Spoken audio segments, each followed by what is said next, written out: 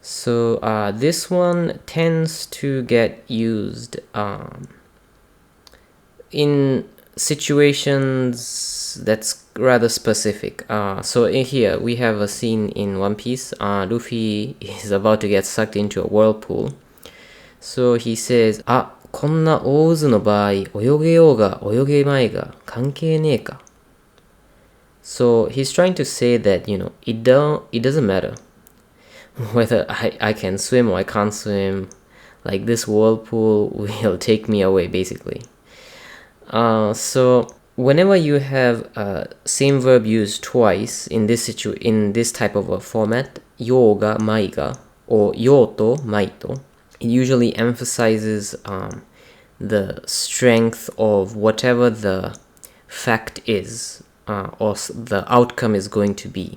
So basically you have a decided outcome which is almost 100% accurate, and you're trying to point out that that's going to happen. So you're trying to emphasize that.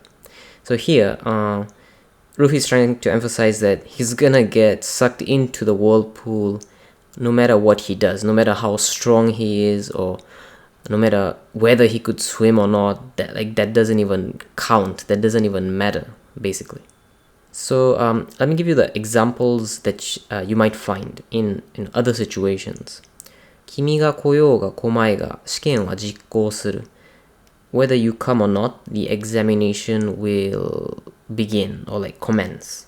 So it's like you don't have to be there. The exam will continue regardless of your whether you're there or not. Then the other one is それを信じようが信じまいが UFO は実在すると政府が言っている. Your beliefs don't matter. The goddamn government is saying that UFOs exist.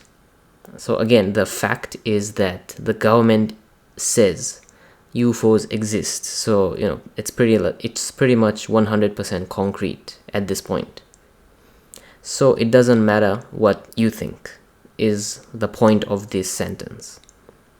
So sometimes you don't use it like this, meaning you don't use the same verbs to create this type of context. Sometimes you can actually use opposing verbs to do it. So, and sometimes it's much better to do that rather than using the yoga maiga grammar format. So let me give you an example. それが好きか嫌いか関係ない。やるんだ. So you have to do it whether you like it or not. So you have to do it. That's the concrete thing. That's the outcome, which is you have to do it. And it doesn't matter whether you like it or you hate it. So in English, it's kind of like you're using the same verb, but in Japanese, it's much smoother when you use 好きか嫌いか rather than 好きか好きではないか. You know what I mean? So you use two opposing verbs. Opposing verbs is much smoother in this situation. The other example here is 嬉しくても悲しくても歌いたい. So I want to sing. That's the outcome. I want to sing. Whether I'm sad or I'm happy. Right? So here it's much smoother when you use two opposing verbs. So just understand that there's going to be times when using opposing verbs to get this effect is much better rather than using the same verbs twice.